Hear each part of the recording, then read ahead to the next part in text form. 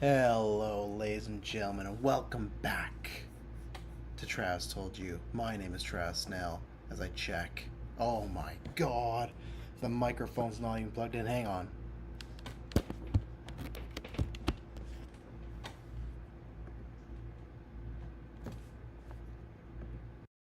There we go. Now I sound nice and beautiful. My goodness. Didn't have the music ready, didn't have the mic ready. I literally, right before I was going to go on air, I was like, oh, make sure you check the mic. Fucking StreamYard. I was just talking about this Chris Balga. Great service. But me and David, because David has the same thing. One, his kids play with the mic, but they're always kicking us back to the microphone we don't want to use. But yes, I am here now to talk about some stuff. I haven't been back in a little bit for Trust. Told you also I came back in February, missed March. I guess just a month, but I will now try to get back to at least consistently once a month. March was just very hectic. The next little while is going to be hectic, so I can't always promise that. But you know what? I like to try and get here, like I said, at least once a month to chat and rant and maybe share a couple of my thoughts and things that I don't want to bore the other geeks with, stuff like that. But I hope everyone out there is doing well. Let me just tell everybody that I am up right now. But yeah, no, it's been a good, I guess what, since I've been back, been over a month now. So it was February, March, so 2 months now. So it's been actually going pretty well. I've been trying to find like a good balance between myself, kids, life, all that jazz. Let's see. Sorry, I got a notification. I thought it was news. It was something that, let's see, we'll both release Zelda and Godzilla X Kong 3, both released on the same day. Interesting. I know which movie I will be there because I've rid myself of the Kong franchise. Go check out Dylan and Taylor's review, but I'm done with that franchise. Speaking of time management, right? So yeah, no, it's been pretty good. I think I've managed it pretty well. The only thing, which is fine because we're not doing much filming, is like the filming side. I've had a really tough time putting aside time to edit because it takes a lot to set up. And edit, I mean our films. I got two computers set up, and the second one is longer. It's definitely, there's a lot of dialogue and there's a lot of things to sparse through. There's lots of different takes, whether it's just different motives we went through or bloopers. The blooper reel can be fantastic, but it's taken long. But the good thing is, as I announced, what was it? I think a couple weeks ago when we just won another one, so we've won seven out of our film festivals, so that's pretty good. Hoping to, I'm being greedy by saying I hope to get double digits because I think we got 13 left, and then we'll stop there. But I'd love to get the double digits laurels. But even then, I'm like I said, I'm being greedy. I just wanted us to win something, and we have won multiple things, which is great, and that's why with Adrenochrome, it's still, the idea was to be out this year for release, but I don't know if that's not happening. I think I've said that that's 100% not happening because there's some festivals that go into next year. So that's going to delay the release of the second film. So it gives a little more time. But that's been the hardest because I like to sit down, and that's not, at least writing, I do always try to do a page a day. That's easy. Like, okay, set aside 15 to 25, here we go. The editing, I like to be sit down, locked down for like multiple, I say 3 to 4 hours. And sometimes if I'm just dead tired, I don't want to edit then because I just don't want to go on the product. And there's many times where we're busy here at GeekVerse, so that's been the hardest part. But other than that, life is good, twins are good, growing, about to be 5 months this month, which is fucking crazy. It means a half a year soon. But yeah, life's going good. And you know what else is going good? The box office, which we're going to talk about in a second. Down below, everything you need to know for Geekverse. We got lots going on right now between Last of Us is starting this week and or starting the week after. Daredevil's about to end. We got Sinners coming up. We got Thunderbolts, which I just bought tickets for, and then I had to refund them because fucking Taylor, which I'll talk about in a second. But lots of stuff like that. But yeah, subscribe down to the video and audio if you very much like what we do. Head over to Patreon. You get this episode and every episode we do ad free. Get episodes early, exclusive. Oh, what is the date? We are doing an after 9 movie night, aka movie day, because we're doing the daytime because it just works better with people's schedules right now. April 26th, I think it's probably gonna be 12 p.m. PST. We're gonna be doing Top Secret in honor of Val Kilmer. We're gonna be watching that. We've always talked about watch that. I've seen it before, but the other boys haven't. So we thought, with the icons passing, let's honor the multiverse Travis's dad, and we're gonna do that. So if you want to join Patreon on the Phase 2 tier and up, you can call in and join us. And there's lots of good stuff. The Fantastic Four retrospective, Superman, Mission Impossible. We're talking about another retrospective right now in the fall. So lots of good stuff. I should hopefully have power, but it is like I don't know if you can hear it. Probably not with me opening the door. It is pouring out there, and we had tons of lightning. So if I just get killed, not killed, but if the stream goes, you know what happened. But yeah, no, life is good. Even though I did say, had the big comeback, did the Trash Told You. I've been looking into it, and my results have been, because obviously in the past year before the Twins I moved, not many people know where I live now. You know, my employers and just the podcasting people. And I talked about that. You know, when I was originally announced my return, I was attacked, put on the shelf for a little bit, wasn't going to come back, but you know, decided I gotta keep this channel going. I gotta come back for you, the people, because you, like I said, you people turned me around. I thought everyone hated me, wanted me gone, but all I was gone, showed me love, so I appreciate it, right? And I've been looking at everybody. Hired a PI that cost a pretty penny, especially during tax season, but at least it was a write-off. Because the police, they're not helping me out at all. Looked into Mr. Muss because of when I was watching, you can even see there's a couple clumps near the end. He said, "Oh, I'm kind of over this stuff with the February 1st stuff, right?" So I was like, would that be somebody? Is he just over what I'm doing in general? So he wanted to take me out. But I have had it confirmed. He was in Vancouver, so he did not. But I thought there's motives, like I said, because of that. Maybe there's some gauntlet stuff. Me and him were chairmans together, and there was some tension there. Maybe one day when I beat him for the title, I didn't shake his hand. I wasn't sure, right? But he's good. Mr. Patzer was the next one because I thought the whole time you can watch those episodes when I was gone, and he was egging me on. He was trying to get me on the cast, call me out, and stuff like that. And I thought, what a good kind of cover to be like, oh yeah, he wanted to try us on the podcast, but then he would take me out. But no, he was with family, out of town as well. So that was an A. And then there's Mr. Field Taylor, who stacked me many times, right? And has usually been it's just like the Freddy Cougar, keeps coming back. So he should be the guy, but because of where he works, I have it confirmed that he was video camera somewhere, not location. So I don't know. I don't know who Taylor has probably paid off. I don't know what he has done, because everybody else that I know that knows the address would not be attacked, would not attack me. I know that without a shadow of doubt. They're people I care about, people I love, so no one would do that. So I just have to kind of assume it's Taylor Field. Now, I will tell everybody that this week, me and him are hosting Weekly Geek together, and I have let him know what I'm about to do, but he's going to have an answer, he said, for me. I have decided in my time off, and even now, I've grown as a person, and I can't be doing these scuffles. I got 5 kids, 2 baby twins. I can't be getting in the weeds. I can't be doing this stuff, right? So this go around, not saying any match, not challenging to fight, not looking for revenge. My lawyers have served him papers, and I just believe that he is responsible for this. I'm going to still look into bank accounts. I'm going to be looking into phone calls, texts, but I have hit him with a lawsuit, and I want him to step down and, at least for now, while this investigation's going, to give us all of his GeekVerse shares, because he can't be trusted. I know he had something to do with this, so he says he's going to have an answer for me during Weekly Geek when we host together.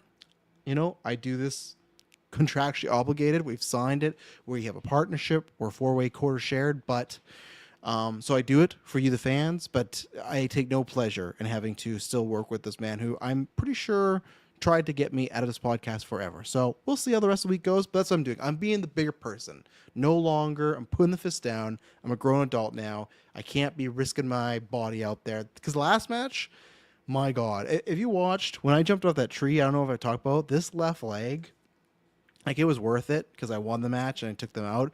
My left leg was fucked for weeks. And it was like fun. Like I landed on it, felt like it hurt, but then it was fine for the whole day. It was good. And then when I woke up, it was real bad. So my body getting old. Gonna be 32 in a couple months. Can't be doing this. So went with the lawyer way. Taylor Field.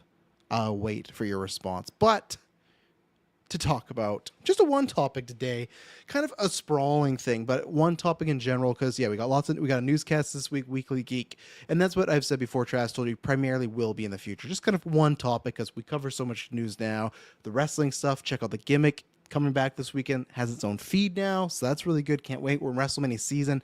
We got the draft coming up. We got WrestleMania predictions, Dynasty review, then we're reviewing WrestleMania Night 1, Night 2. There's going to be lots of wrestling stuff. And then in May, we go bi-weekly. We're doing a GM Mode Season 2. We'll be having those videos come out so you can see Season 1 if you don't want to watch the whole 7-8 hour stream. Tons of fun there. But so, wanted to talk about Minecraft because this is where I said it many times, right? Where I don't know when the shift happened. I think it was probably was Flash, right? 2023. It was. I feel like that's the year, and I'll bring it up. Oh, I forgot to bring up my case here, but there's a few things I want to talk about here. 2022 top box office films. So that will go into it. I'm bad podcaster. Didn't have it open. There we go. Worldwide box office. Thank you, Box Office Mojo. This time, usually I use the numbers because Brent is right. It's a better site, but just they have a better kind of look at where multiple histories have been for the box office. But what I'm getting at here is since probably 2023, the box office has surprised me. I feel like I used to do, oh God, I think the first three, talking about our 10 year, the first 3 years, I used to do like Travis at the theaters. I used to make like when I had time, a little Photoshop, like what I thought the box office would do that weekend. Cause I was very much in the box office because I just like seen the business and that talks about the trends, right? What's hot, what's not, etc. And I feel like if you go back from the start to about then, my tracking was pretty good. Like to me, I feel like maybe I'm blowing myself too much, but I feel like I could be 80-85% accurate as far as, hey, that's performing well, that's going to bomb, etc. Right? We all have our ones that we're wrong about, but still, I was pretty good at. Where 2023 and on, I've never, not never, but I feel like I'm way more unshaky. There's things that you can tell me, like I've said this before, I do not think Superman will bomb, which will come up again in this conversation, but you could tell me that, someone comes down from the future, it's James Gunn back at Marvel directing Guardians 4 and say, yeah, Superman bombed, so I had to come back. I wouldn't not believe it. That's the thing. There's so many movies where even like Minecraft, right? That came out this weekend.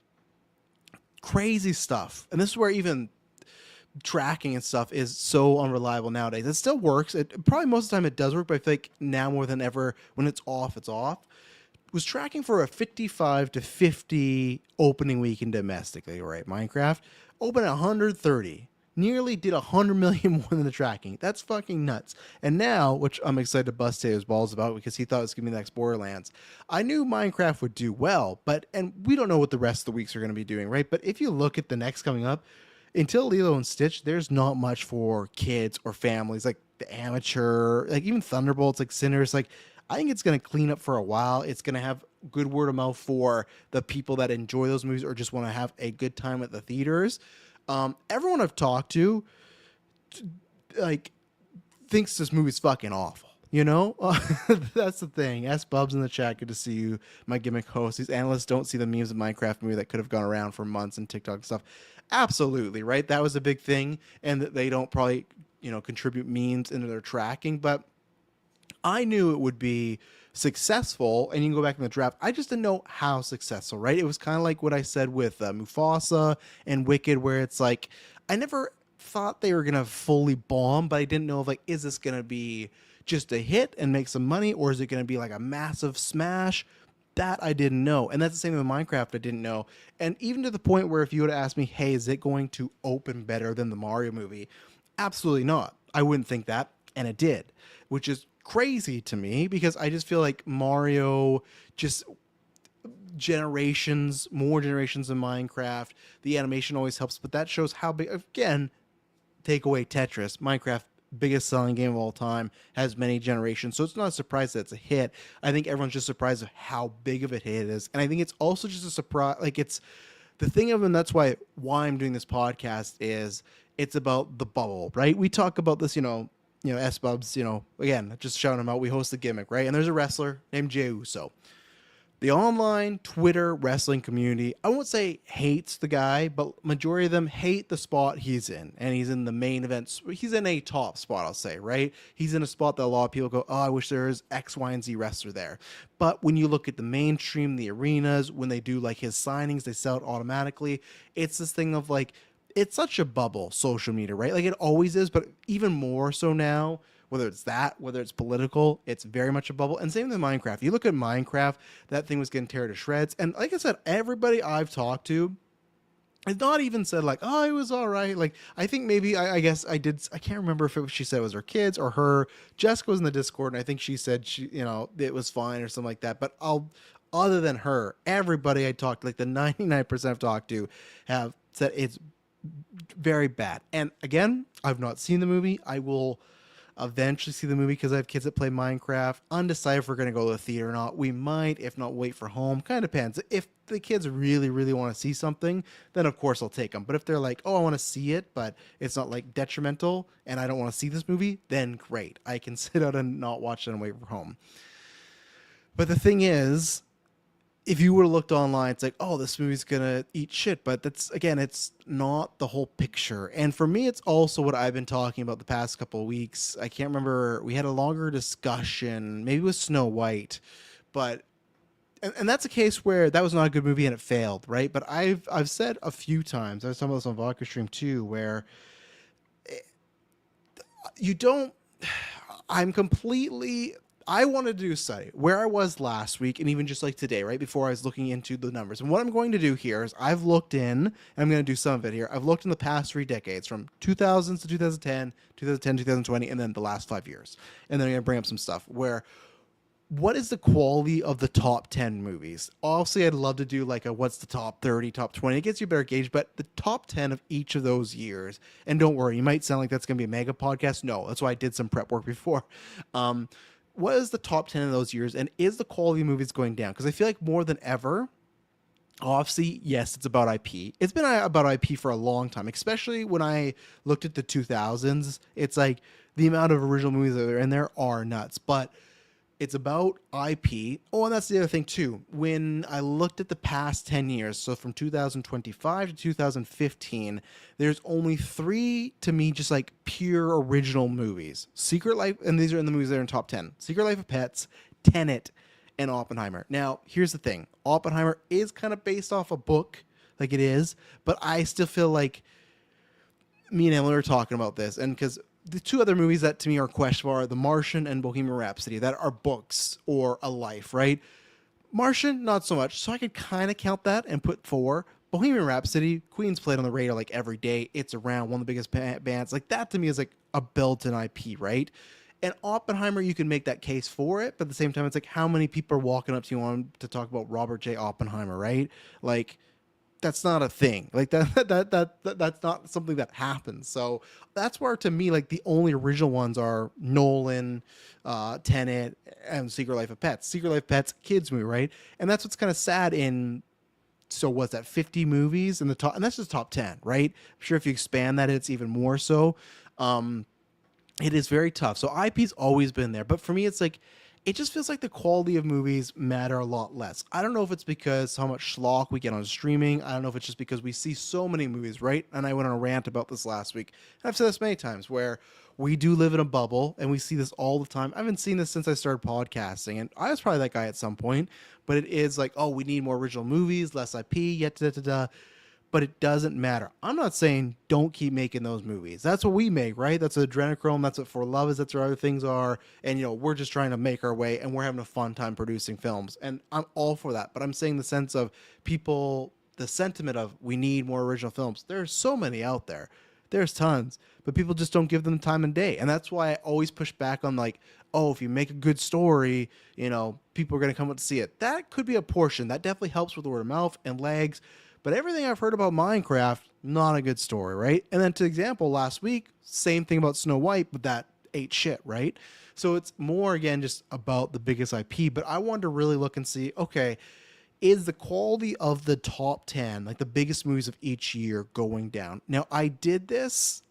If I had not seen the movie, I looked at Rotten Tomatoes, the critics, because the audience scores sometimes, not back in the day, everyone had to see them. It's purely based on what I consider good and bad. So that's where, you know, because I thought about making the whole thing like Rotten Tomatoes, but that's not as fun because that's other people's things, like opinions and whatnot. I went on for me. What is my thing? So at first, what I was going to do is for each column, I had like the 2000s, the 10s, and then the 20s, right? And I had a good and a bad column, and I kept putting the numbers up. Now I did this, and I'll bring up in the screen here. Let me go all the way back. I did this in the 2000s, and I just stopped. I stopped because there was not enough to me of good to bad ratio. It to me was pretty good, and what I say by good is like at least a 6.57. You know, if you're like a 6, like just barely a pass, I'm probably not going to get you there. So something like it's tough. Like there's some films like even like a Thor Dark World, it's like, I could maybe put there. Even like a BVS where for me I like it. I think there's enough people that didn't like it, and it was a tough call for some of them, right? But I have percentages of what I did. But let me go here and I will share my screen here, and then we'll talk about this. And that's what I wanted to test, because I said this, we are talking about this on Vodka Stream. Some people agreed, some people didn't. And I talked about this last week in GeekVerse, but on Vodka Stream, there's someone in the comments like, this is an asinine take. How could you people go and pay for good stories? No, I think sometimes people, and that's what I want to test theory, the good stories help, and that makes them feel better, right? If you're going to see a IP like a Marvel, Star Wars, Disney, DC, whatever, and it's considered good, that gets people to go more. But if it's something they want to see, they're just going to see it. Again, I always bring up like Blade Runner 2049. Fantastic movie. One of the best sci-fi movies ever. That ain't shit like the original, right? There's countless movies you could go to. Furiosa last year. Fantastic, right? That's the same thing we had happen last year. It's happened now where I think it was up until like January, May, there wasn't any major box office hits. And everyone's like, oh man, we're kind of screwed. Luckily with Minecraft, that happened a lot earlier.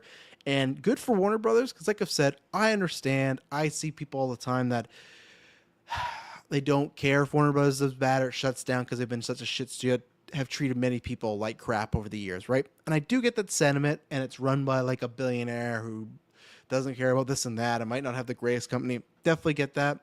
The sentiment that I come from is I don't want in 10 years to have 3 to 4 just major studios and that's it, right? That's the fear of like a Warner Brothers shutting down, is it's one less. It's like the video games developers, right? And all the studios. It's like that's one less person out there, or one less people to potentially greenlight different visions and productions. It's the same thing. Like I like the idea of like I wouldn't want Disney to buy Warner Brothers or DC because we would just be fucked with the comic book stuff, right? Not saying that would happen, but that's why I want them to succeed. And that's why it's going to be very interesting, because I think there's that the articles that have been circling that we've talked about a little bit on news, but like Mike DeLuca and Pam Addy, they are the film executives, like the head of the executives over at Warner Brothers, right?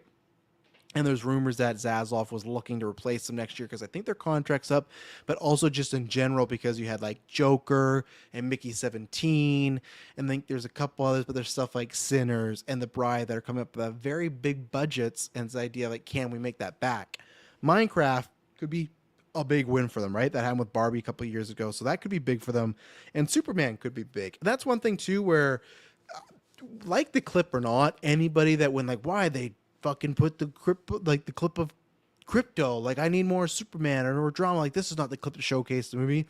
Absolutely, I'm not saying every fucking person that saw Minecraft is just a little kid, oh puppy, but there's a lot of them, or there's a lot of parents that had to take their kids that they like dogs. You know, there's lots of dogs people in the world. To me, that was very smart to put that particular clip there. So anybody that felt like, oh, what a lame clip to release, it wasn't for you. If you're complaining about that clip, you're already seeing the movie. And if you aren't, it's like you're going to bootleg it so then you can complain about it, right? So for me, made tons of sense, and that's great for them because now people that don't know about Superman know very little. You got a 5-minute preview. Good for them, right? So I think that was smart, and we'll see. That'd be a nice 1-2 punch if they could do Minecraft and then Superman. Not saying Superman will be a billion. This gave me a good barometer because Minecraft, you know, biggest game of the world, like SPUB says, lots of online chatter.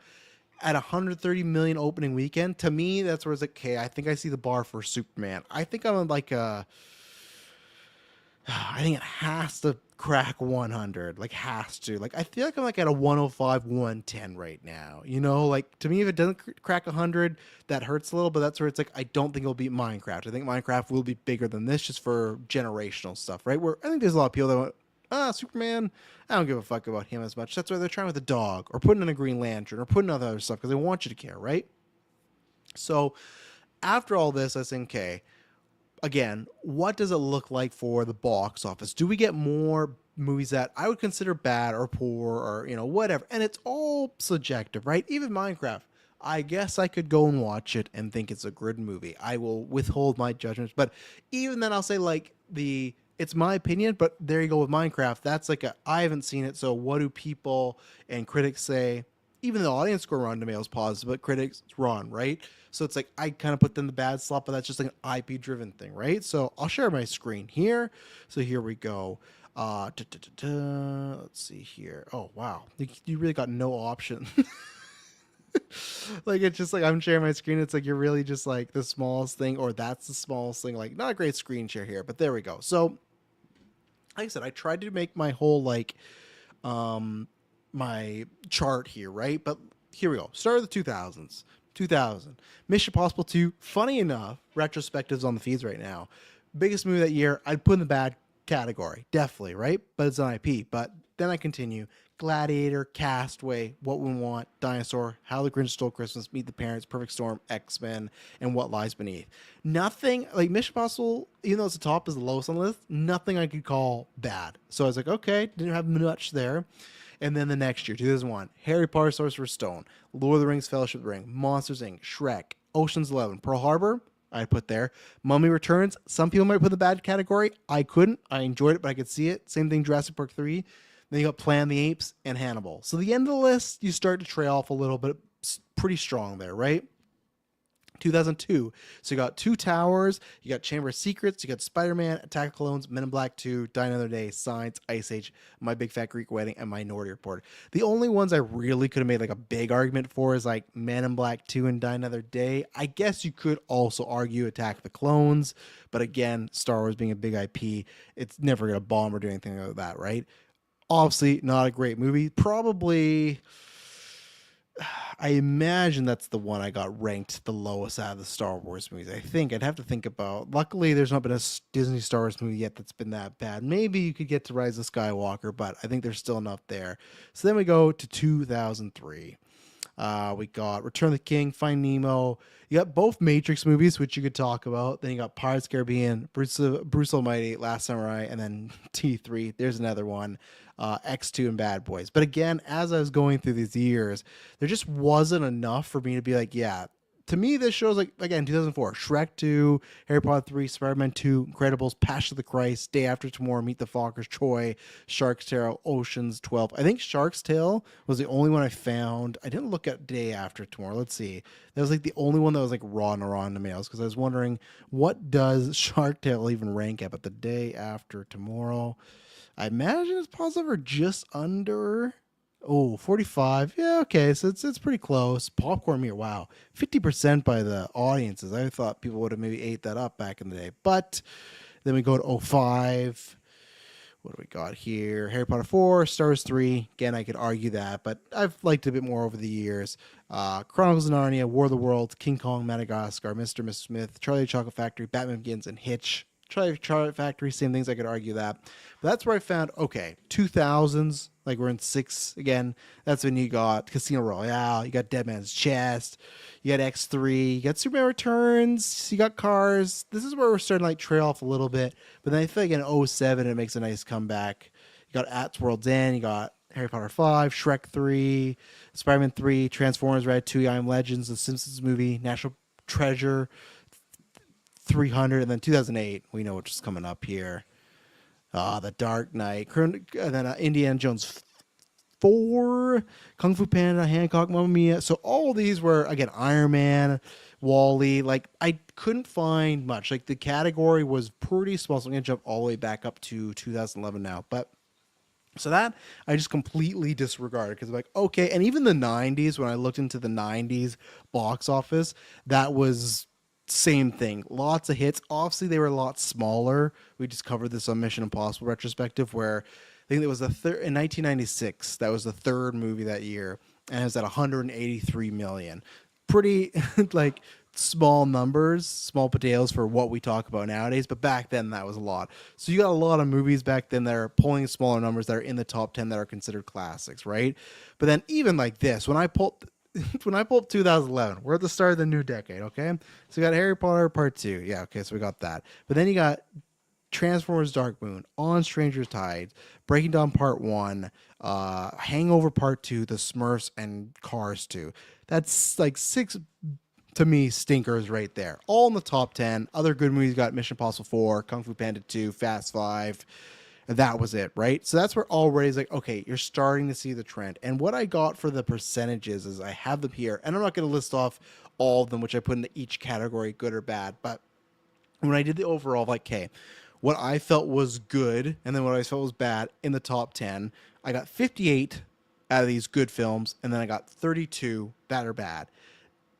Pretty, like, not bad considering it's a much bigger spread than I thought, as far as compared to, or like a closer spread than I thought to what we get in the 2000s here, or the, I guess, the 20s. God, we're in the 20s now.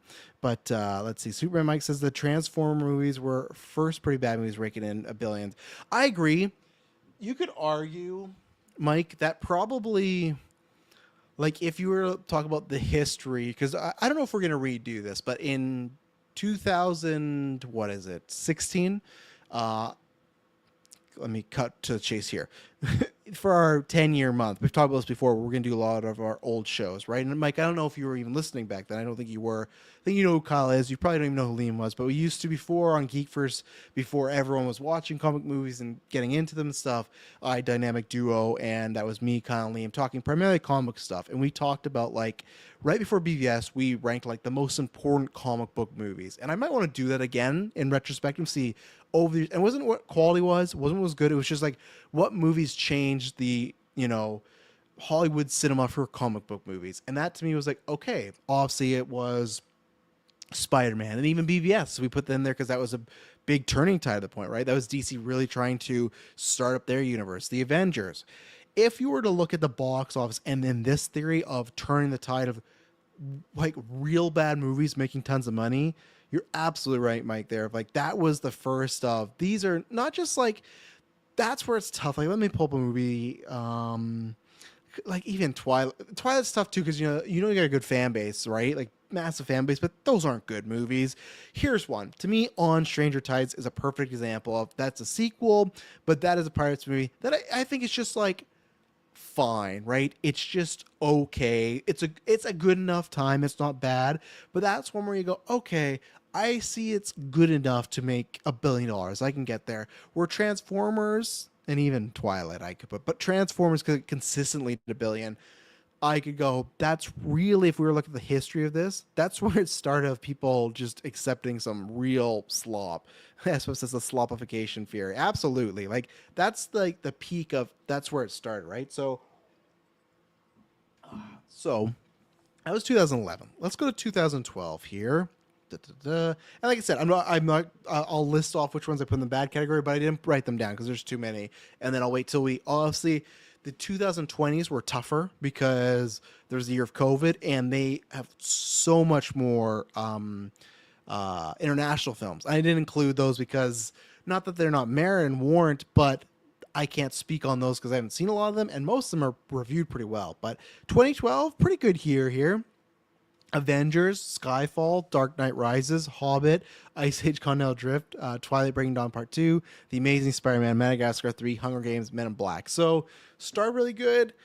Men in Black, that's not great. Amazing Spider-Man, yeah, I've liked it a bit more over the years. The Ice Age movie, no, but let's go to 2013 now. You got Frozen, Iron Man 3, Despicable Me 2, Smog, Hunger Games 2, Fast and Furious 6, Monsters University, Gravity, Man of Steel, and Thor Dark World. And Man of Steel, Thor Dark World, those are those tough ones for me because I'm very mixed on, right? Like Thor Dark World, I'd give like a 6. Man of Steel, I'm somewhere between a 6 and a 7. So I guess I still put them in the good category, but they're ones where somebody might go, hey, that no, that's a bad category, right? So those ones are tough.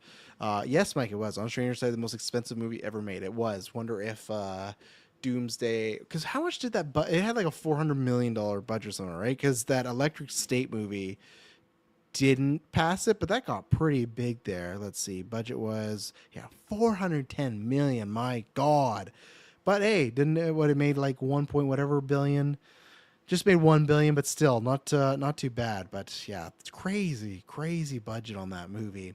Let's see here. Oz the Great and Powerful, 13. Good for you, Oz. 2014. Oh, this is a tough year. This is what I meant, like, with the 2000s and 90s. there were some stinkers, one I consider bad, but it was like, okay, snuck in there, or maybe there's a year where there's two, maybe three. Transformers Ages Extinction. I'm just naming the bad ones here. Maleficent. I could kind of put. I'd put Hob in the Battle of Five Armies. Sorry, I would. Uh, Amazing Spider-Man 2. Like those are some stinkers to me in there. As far as just like bigger movies, right? If you were to look at these movies compared to thousands of movies across the world, of course. They're better, more well made, more well acted. I understand that portion. But it is like in the scale of a big blockbuster, what we're looking for at the cinema, not great. So we get to 2015 here. Force Awakens, Jurassic World, Fury 7, Age of Ultron, Minions, Spectre, Inside Out, Rogue Nation, Hunger Games Mockingjay Part 2, and The Martian. Good for The Martian.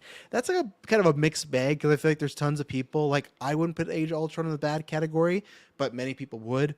I like the first Jurassic World, but there's many people that don't.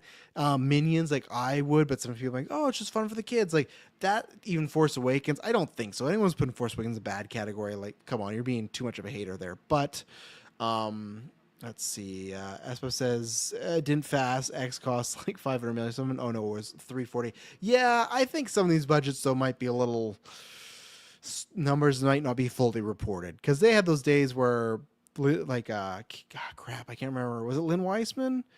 I don't know, but they remember they fired that director and they were just on set and just burning money, you know. So 2016, Captain America: Civil War, Rogue One, Finding Dory, Zootopia, Jungle Book, Secret Lives of Pets, and you got Fantastic Beasts. That's Suicide Squad, major BVS. That's a tough one, right? That's like the only reason I put it in the bad category, I enjoy it. It's just because I just go off. I know I got many friends online. GV, and then like, Dave, Scott, people like that. Tons of people, right? Nothing gets, Zack Snyder. Luckily, Joe and Chris interviewed him. He's on our channel. Love Zack Snyder as a filmmaker for certain films. For me, it's one of those, like, I couldn't put it there, but there's so many people I know personally. Like, I have met one person in my like real life with people that really enjoy that movie. Not counting myself in the GeekVerse, really enjoyed that movie. Every time I bump into people or we talked about them in the past, it was more in the category, right? Those ones are tough because I don't have it there. But yeah, like Finding Dory. But again, like big IP, everything. Zootopia, yeah, that's another original. Oh yeah, you're right. So I did forget about Zootopia. So okay, so I would say, and it's funny, the same year that I forgot them. So I just probably saw Disney and thought, oh, it's that. So yeah, Tenet, Zootopia, Oppenheimer, and then Secret Life of Pets. Those to me are the four really. 2017, we got let's see, because yeah, where's isn't Blade Runner? Is that the year it came out, right? Like fucking triple in the year that Blade Runner came out, it was number 35. Triple X, The Return of Xander Cage, made more than Blade Runner. That's why it's always hard for me to get behind that. Oh, if it's a great movie, people will come out. Yeah, sometimes, but that's not the guarantee, right? 2017, The Last Jedi, which I put in the good, but lots of people put in the but I don't think it's like, again, there's to me layers of it like that. You can disagree with some choices, and maybe even the story and plot you might think are bad or you don't agree with them. But to say it's like a bad movie, like in the sense of like a Minecraft or Transformers, I think you're fucking nuts. Beauty and the Beast, Fate of Furious, Despicable Me 3, Jumanji, Welcome to the Jungle, Spider-Man: Homecoming, Guardians Volume 2, Thor Ragnarok, and Wonder Woman. Pretty good year overall there. We're almost done in the tens here.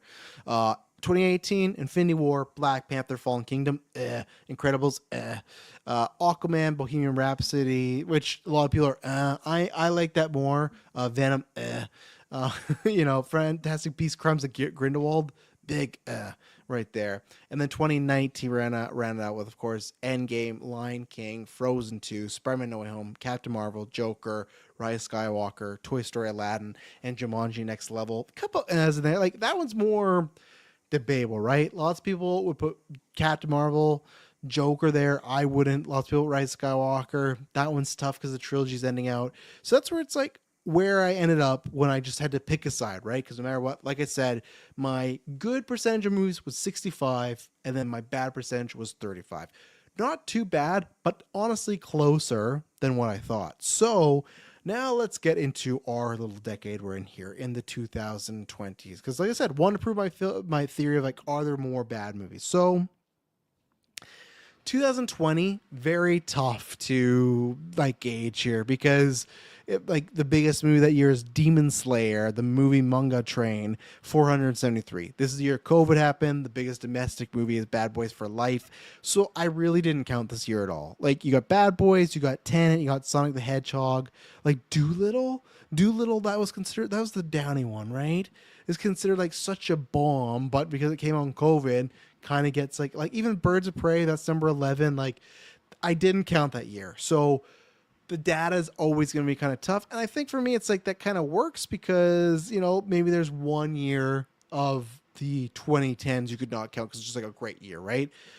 So let's go to 2021 when we're starting to get those big movies back. And I'm just talking about the domestic ones, right? So we got Spider-Man No Way Home, put that as the win. No Time to Die, put that as a win.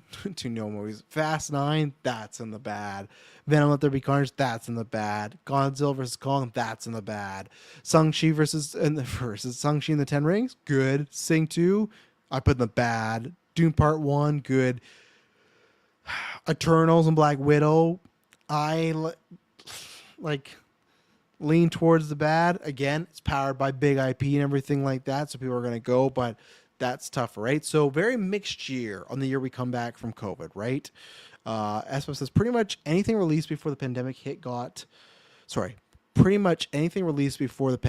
got on the top 10 of 2020. Yeah, that's exactly it.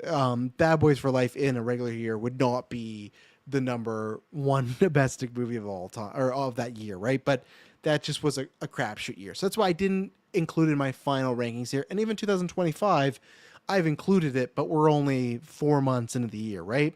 So then we got 2022, Avatar Way of the Water, up in the good. I'm not going to say it's a bad movie. I don't love them, but whatever. Top Gun, Maverick, up in the good. Dominion, bad. Minion Rise of Gru, bad. Multiverse of Madness, a lot of people I talk to as more go on do not like that movie. I still like that movie, but that's a mixed one. Black Panther, Wakanda Forever, The Batman, Thor: Love and Thunder. Again, lots of people put them bad. That's tough. Like I could put in the good, put in the bad, and that's where I'd say like the percentages are a lot closer, and then Puss in Boots Last Wish. But again, as always, as I bring up to people, I bring this up everywhere when people talk about Thor: Love and Thunder, how bad it is. To me, take your subjective opinion out of it. That is just we'll have to see if they make a Thor 5 or what the case is. To me, I think that's another bubble thing. When people talk about, Thor, and don't get me wrong, I think Thor Love and Thunder many times is too funny. Not too funny in a good way. Like, try to go for the joke too much. I don't love a lot of the humor spots in there. When I did rewatch it, I did like a little bit less because I enjoyed it because I think I gave that like a 7.58. But you got to remember, sometimes like when I saw this with my girls, like I saw it with Gwen, I had a great time. So that definitely skews it. And it's more the rewatch later on, right? And it's definitely lower than that now. But for me, I think there's a lot of people that do just like Thor like that. Lots of people in our sphere looking like, oh, big step down for Thor. Here we go again. Like, we're doing the Taika crap. We're sick of this. We're over this.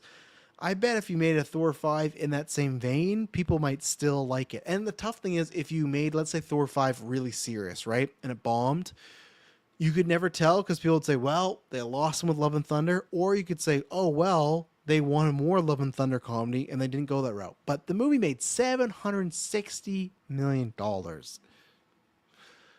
In this day and age, when we've seen multiple movies, we've talked about at the beginning, we're looking at these lists, when we've seen multiple movies bomb, huge box office, and huge like IPs, and IPs that, or even non-IPs, that have great stories to them, not do anywhere near as this. That's why it's like, Thor: Love and Thunder to me is a bubble movie. Maybe some people do hate it, but I guarantee you many people just fucking love Thor and his jokes, right? Where'd I go here? 2023, so 2 years ago now. Whoa. Let's see here. Barbie, good for me. Super Mario's, no, that's just like the kind of Minecraft schlock thing of like, oh, cutscene the movie, just put a bunch of references in. And don't get me wrong, that's the fun thing about being subjective. Someone could do this list and have multiple of the Marvel movies in there, and I think the bad thing would go even up more, right? It's all subjective, what you like, but that's where it's like, if it if you had it more over there, the Marvel side, if you weren't in, or comic movies in general, the bad scales might really weigh for you because I feel like I'm being more generous than some. Guardians 3, good. Fast X, bad. Spider-Verse, good. Wonka, good. Mission Impossible Dead Reckoning, like I'll pass good enough, Little Mermaid, I don't know where I am on that. Luckily, it did make the top 10, so I didn't have to worry about that. But then last year, Inside Out 2, oh yeah, good. Deadpool Wolverine, good. Moana 2, yeah, I edge it more towards the bad because it does feel like, even though I like it, feels very thrown together. Despicable Me 4, bad. Wicked, bad. No, I'm joking, Mike. Everyone says great things about Wicked for the most part, so that's in the good. Mufasa Lion King, I put in the same Minecraft, Super Mario ones. So that's Doom Part 2, great. Kung Fu Panda 4, I heard was good enough. Looked at the Rotten Tomatoes scores, a pass. Sonic Legend, or Sonic the Hedgehog 3, good. Venom Last Dance, Godzilla versus Godzilla X Kong, The New Empire, Again, haven't seen that. Going off word of mouth and the idea of it. And then the 2020, like, honestly, we're just in April, right? So they're like, it we are looking at it very skewed because like it's kind of like what Espub said with the COVID. Don't you dare. No, don't worry. I would no. I put Wicked in the good category for sure. Because I said this. Movies that I had not seen, I did just go purely Rotten Tomatoes score. And for me, that's the difference where like, and I know you liked Mufasa Lion King a lot, right? But there's other people I've talked to, majority, not as much as a fan as you are, right? But at the same point, something like Minecraft, I've just heard like skewered reviews, right? I'm trying to think of another one. I don't think my Lion King that like the people I've talked to have skewered it. Just like not much good things to say, but that's where I still okay. I haven't seen it. That, I think is Ron and Rotten Tomatoes already. But there's another one we talked to where it's or talked about where I can't remember what it was, but if I hear enough good things, and like I said, musicals maybe aren't my bag, but I can still appreciate. Okay, this is still like a well crafted movie. So no, don't worry, Mike. Where that's where my problem is. Like I feel like many people don't agree with me that that's how I put like Super Mario Bros in the category because I know there's nostalgia. I know it looks great. There's tons of Easter eggs. To me, like I said before, it's just cutscene in the movie, and that is like very nostalgia driven. That's a movie that it's just like I I can see people loving it, and kind of what I've heard about the Minecraft thing, right? Where there's tons of people that said like I didn't enjoy it as a bad movie, but I had fun.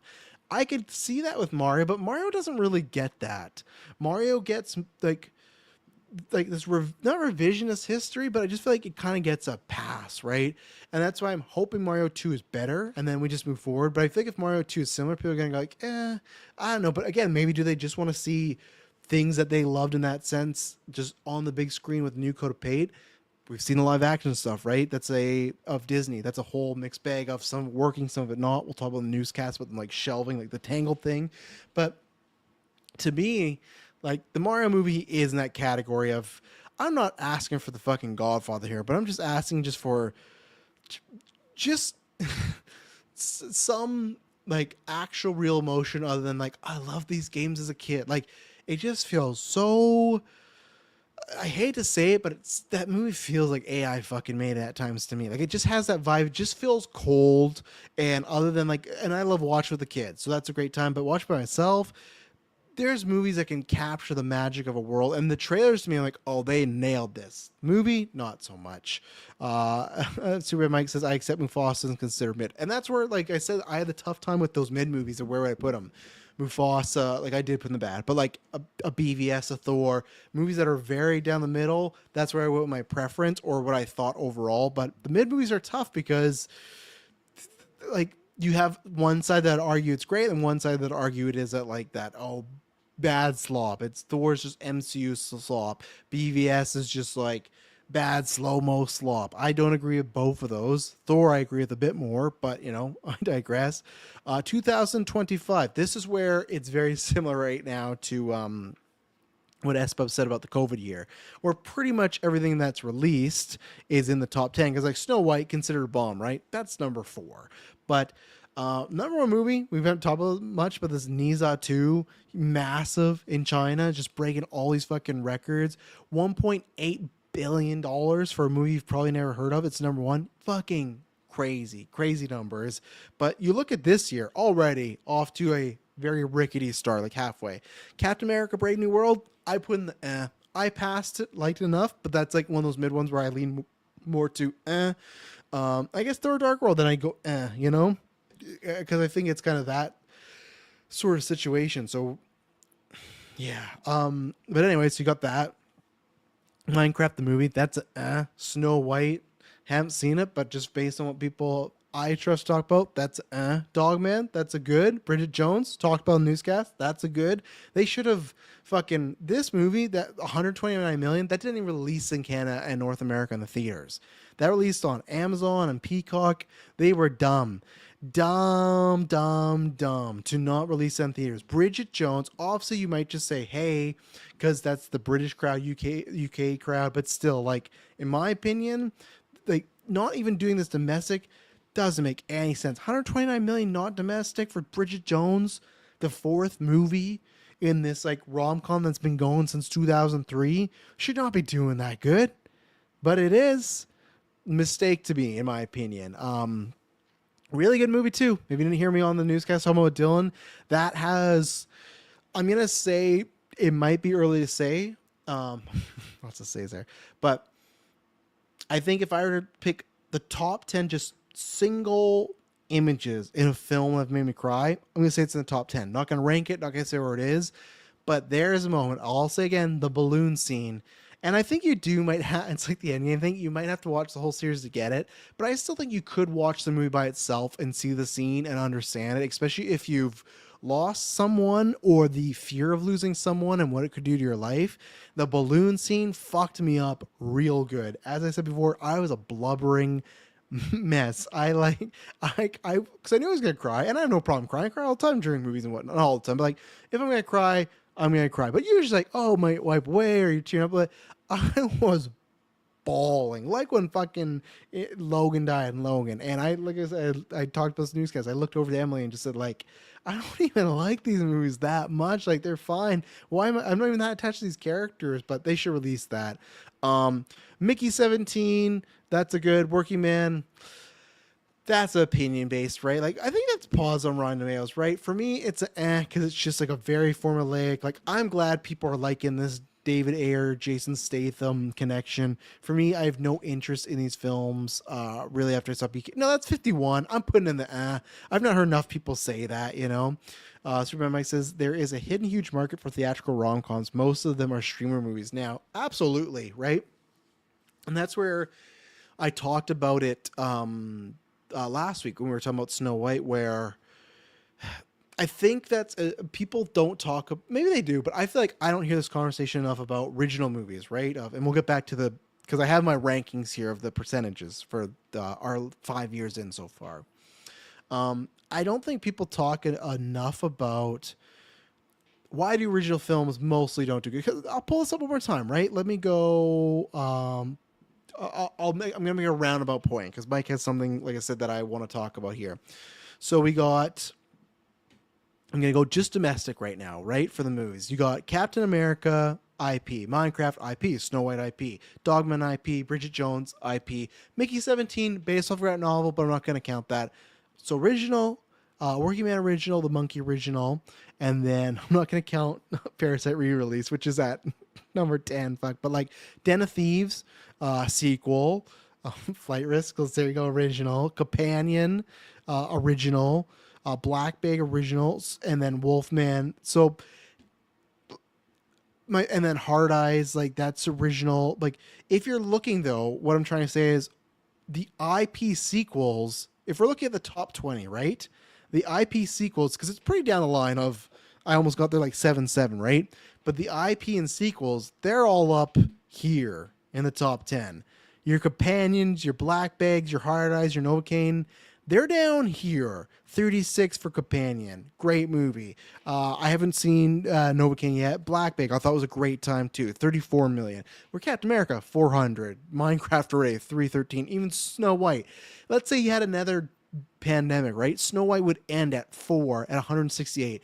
A movie that has been maligned, a movie that has been, oh, Gal said this, Rachel said this, Disney's woke, it's a bad movie, yet, da, da, da, da.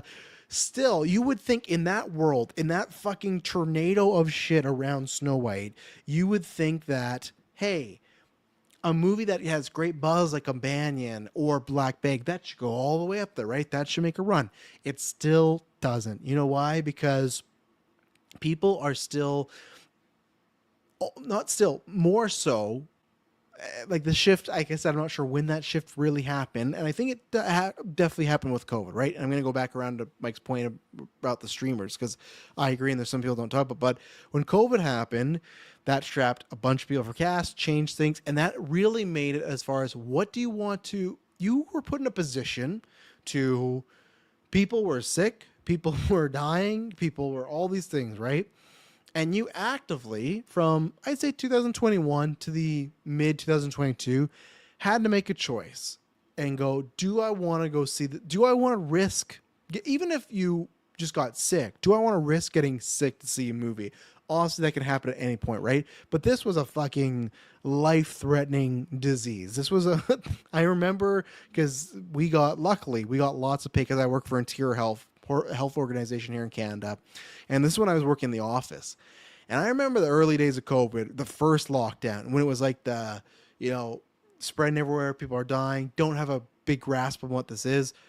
I had to go into work and work with the hospital system. And luckily we did get nice pay for that, come up, and so it was great. Interior Health's like, I love working there. It's a great, other than podcasting, which is own business filmmaking, it's been the best job I ever have. And, fingers crossed on wood, unless the podcast or filmmaking blows up, I'm happy to be working in there somewhere around there my whole life, right? But those were scary times where it's like, I have to go to work, and because I have to help with the hospitals and get stuff there, but we don't know what this is. And it doesn't matter, I got a mask. Like, this could be it for us, right? So we were obviously learned many things about COVID, but still, everybody had to pick and choose to go, okay, even myself, see movies. I can't see as much movies now. Got kids. I have to be picky, choosy, etc. Everybody did that. So we were all put in a position where, because of health reasons, we had to look at movies and go, hey, let's say you start to see movies from, because that happened in the fall, right? So let's say from August to December, you'd look at the calendar and go, which movies am I going to pick? And for me, it was the podcast movies, right? Of like, Venom Let There Be Carnage, or Eternals, or Spider-Man No Way Home. Ones that I had to review, want to see on the big screen, the Batman, right? But everybody else was put in that position that already the whole year around, people work and they have, look what's happened around the world with all these fucking tariffs, recession probably just around the corner. People hurt, like hard to find jobs. People are hurting for money. And we talk about with the Switch 2 reveal, right? So even after COVID, and lots of people weren't working either too, they had to pick and choose, not just because of health and money, but even more so because of the health. You had to really look and be like, what do I want to see? And I feel like you had that happen, but then you also had, and what Mike was talking about, and we've talked about this in a very degree, but I'm going to get back to the original thing in a second. Last time I'll say that. While you were at home thinking about what movie would I want to risk to go see, you were getting flooded with content. And obviously I think tons that's bad. I think it sucks as far as the way that it's hurt the business overall. We can never go back. I don't think that year, like you look at the 29, let me pull up this fucking year, right?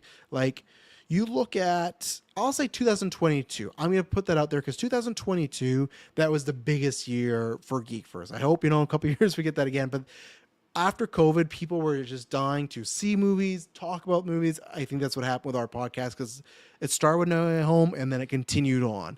And I never thought it would happen because like our Endgame review, we had, I don't know what the numbers are now, but like we had over 75,000 people listen to that review. That was massive for us on podcasts, right? And like that's never going to happen until like another big thing. And we never got an episode like that. The Batman got to 50,000, but like you have things where it's like, all together throughout the year, it matched that and equaled that, right? But like 2022, for example, you got Avatar 2.3, 1.4 for Top Gun, and then Jurassic World at 1 million, and then Doctor Strange Multiverse 955. So I'll just round up for Doctor Strange. That's 4 movies in the $1 billion club. You go to 2019, the entire top 10, except for 10 at Jumanji, which is 801. The rest are all $1 billion films. We can never get back to that because of what me and what Mike brought up there as far as the cult food changed everything, and the fact that people had to be picky with movies. They also got flooded with streaming movies, which meant, oh, do I really want to go? Do I want to spend that money, or I can just sit at home? The GA, the people that do already see maybe 2 to 4 movies a year, that are the bigger ones, like an Avatar, like an Inside Out with the family or whatnot. I think it even goes lesser down because before, if it's like I really want to see a rom com, like Mike brought up, they're just all in streaming now. Like that Nicole Kidman one last year, Zac Efron, the Anne Hathaway one there, and there's so many like sex thrillers, this and that. Like all those movies that maybe people have been like, oh, I love to get together with my friends. Even comedies, right? I think people feel the need that they're there, and that's where I was talking about Snow White. It's the same thing with original films that the way it's going, which scary to think about for myself because yeah, I would love, and yeah, there's ways that we can rent out theaters, and we're gonna do it.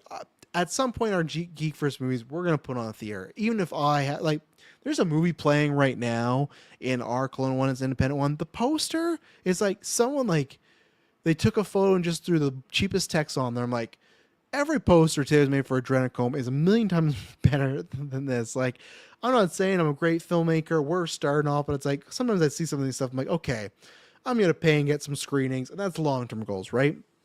But that's where it sucks for myself and many others, where you have these films like Companion, Novocaine, whatnot. They come out, make a little bit better their budget back. Rom-coms, the comedies, the original films, they're streaming, like that's where they could become a bigger hit. You're going to get less of them in the theaters because people are just going to look at it like more of a risk, right? That's what that report was last week with Warner Brothers that said, hey, going forward, they're just doing big IP stuff. And they're already producing like new Harry Potter show. They're getting lots of Game of Thrones stuff. They got the DC stuff. They got tons of IP. They did Barbie. The rumors of Barbie 2, right? There's tons of IP. And then it's like, well, we no longer want to do anything but IP. And it's like, fuck. But the bad thing is, though, as much as it sucks, as much as film Twitter is going to bitch about it, and even me, who's a guy that wants to make filmmakers, I don't want to hear that. I don't want to hear that it's like, you do have to do like, and that's kudos to like the Terrifier team and everything, where that's the template, right? Where you got to start small and just hope you make big, and then eventually like your number 4th movie comes out as massive because like you had to build up an IP yourself. You couldn't just like release like Terrifier 1. Like what the fuck did that make? Let me put out and like obviously tons of things had to happen, right, to get that movie to, like I said, cult following. Art was a very great design, but like Terrifier 1, like $421,000. And then you look at Terrifier 4. Where the fuck is it here? Let's get all the way. Or so are we only at 3? Yeah, we're only at 3. 90 million. Again, massive success story. Hell yeah to those guys and the whole crew. That's awesome, right? But 1, doesn't always happen. And 2, that's all very self-financed. Everything. It's like studios didn't. That was the whole thing. They wouldn't take a chance on Terrifier, right? So that's where like you really have to build up this credence and hope for the best. Hope, and that's something like Art the Clown and the torture porn aspect. They had a gimmick, they had an IP that they built up, but they had a gimmick and a hook to get people in. And that's why original movies, things that aren't sequels, things that aren't the big scale, people will just wait to watch at home because you have the movies. And then plus it's just like, I think another thing that hurt it was you talk about, in my day and age, there's so many stuff that came out, right? Like The Wire, Sopranos, but Breaking Bad, Mad Men, there was like a time where people described that era, I'll just say Breaking Bad, all the shows that are on at that time, the golden age of television.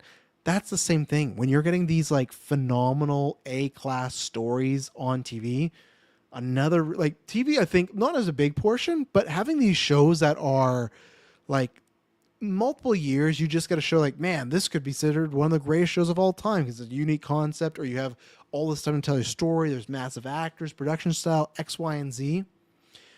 TV shows being so great definitely hurt movies because those rom-coms, those original dramas, even sitcoms, before I felt like it, like I said, before times in Breaking Bad, you had HBO that was considered prestige, but you couldn't just always be watching HBO, right? Like shows like Sopranos and The Wire, 6 Feet Under, they had to take a break. They weren't on 24/7.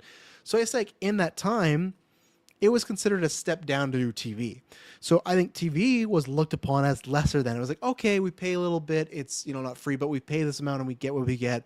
But, it's TV. It's something that entertain us. It's something on, right? It's something we can put on for bed. There's a show we can like. And of course, there's things that people fell in love with, like myself, like a Friends, that you considered a top tier show. But still, it was clearly film and TV were in a different realm. Now we've gone so mixed. Also, you look at the stars, right? How many A-class actors, actresses, anybody go and do TV? How many people that have won an Oscar recently have been in a TV show, or even the past 10 years been in a TV show? It like that's completely all over the map now. TV is no longer looked at as, oh, it's a step down. It's just another form of the medium, which I know it always was, but it's looked upon differently now. So that's where it's like, TV, you got great TV, so I'm going to stay in and watch that. If I have an itch to watch a lot of times a bad action movie, but still an action movie, a rom-com, a comedy with Zac Efron and John Cena, oh, Ricky Stenicki, sure. It's right there. And as I've talked about before, even most people, because they're not like me, right? We're black big. I had to wait till VOD.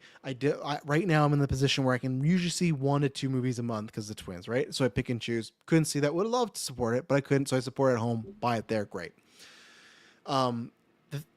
Excuse me. The thing is, I don't know what the thing is. I'm gonna take a drink because I fucking forgot what the thing was.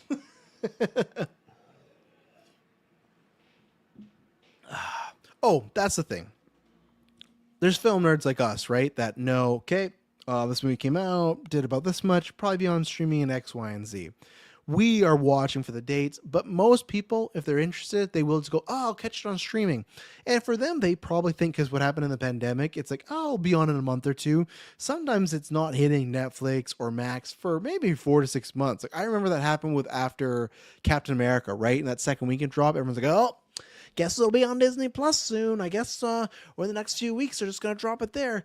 That doesn't happen anymore. If you really watch Disney Plus and stuff like that, it might drop on VOD, but to be on actual streaming, it doesn't do that. Like Mufasa just dropped a couple weeks ago, and they honestly probably could have kept it in there a little longer. Even like Wicked could have been a little longer because it was still making money, right? So I say in the way that the GA thinks about this stuff, they just think of, oh, it'll be on streaming in a couple months. That could be half a year, but to them, they'll see like, oh yeah, that's the movie I was thinking about watching, and I'll watch it. The windows, and it's tough because filmmaker side of me, God, what's his name? He won Best Director, Sean Baker, right? He's talked about extending the window, and definitely, I agree. Some of these movies, they pull it way too soon, don't give it a chance. But at the same time, when there's so many movies coming out, and the theaters have a movie that's sitting there just bombing, no one's seeing them, it's tough for them to fight back and say, yeah, we should have this in here for 90 days because it's like, this movie's making no money. We're running it. The studio might be losing more money. So it's like, it's not that way anymore. It can't be for every film, right? Would love it to. Even the Oscar stuff, like that gets a little bit of a push that helps, but films that don't get a push, they're just sitting there dying. So it's a tough thing. We're going to end off the 2020s conversation here with the percentage they have. But Superman Mike says, I have so many friends that say, why don't they make original movies anymore? Line who want movies like Mickey 17 but don't go see them. They have no idea all these sequels IPs movies are still making tons of money. Yeah, and that's the thing, right? Where I think at the end of the day, lots of people say they want original movies, but they still, geeks and nerds will still go see the big IP because they want to be in the conversation, right? And I have no, like, again, I defend myself because when I had the time, I see, the big Star Wars movies, see the big DC movies, comic movies, sometimes some Disney movies, but I still would go see a bunch of independent or small. Like I was the fucking 3 people in the theater for Kinds of Kindness, right? Like I saw Maxine, which is me, Taylor, and a couple. Like I would go to all those. So that's why for me, it's like, I have no problem if you see them all. And you can still say, like myself, I want to see more original films, but like my sense is I want to see more original films do well.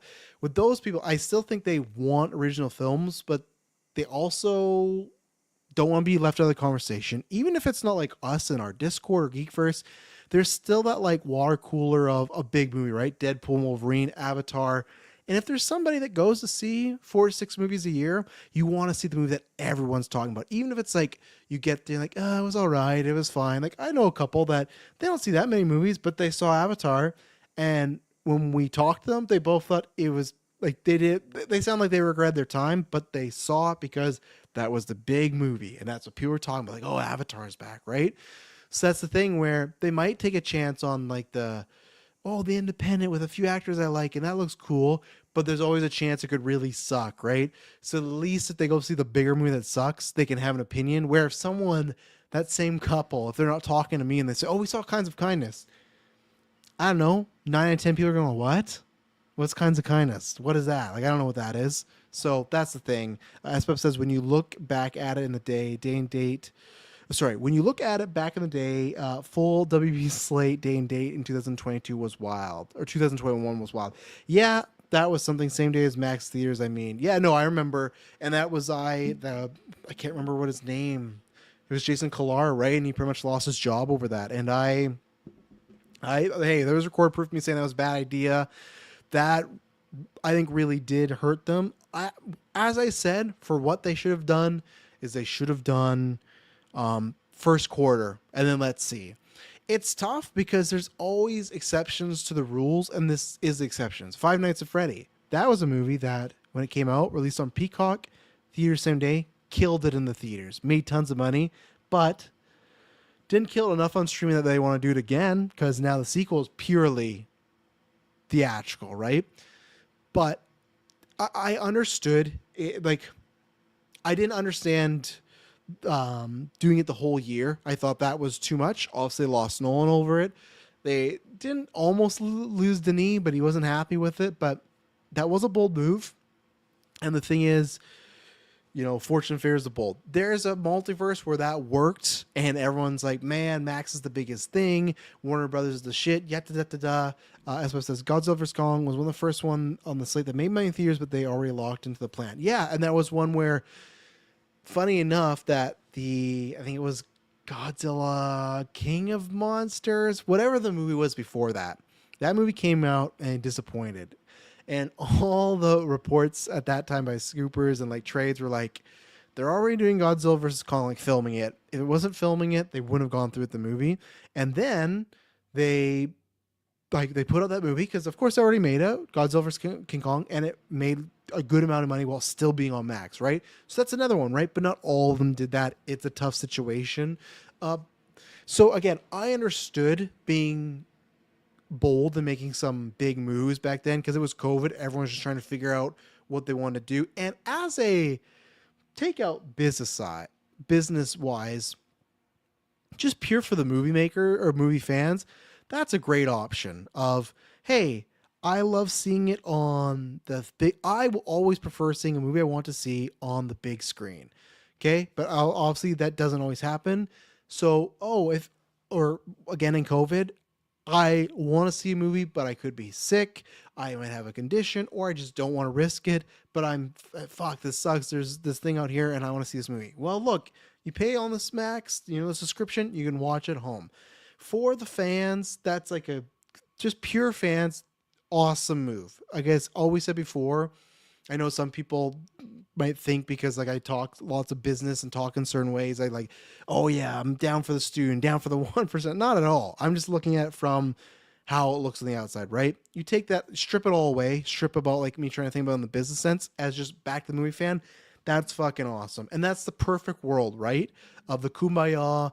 You could watch every movie at home or at theaters. But again, it's not going to work. And you also, that's the tough thing. We live in a day and age where people, I'd say my age, even 40, I'll say 40 and below, there are people that movie's going to hit Max and they're going to stream it. They're going to torrent it. They know 1, 2, 3 movies.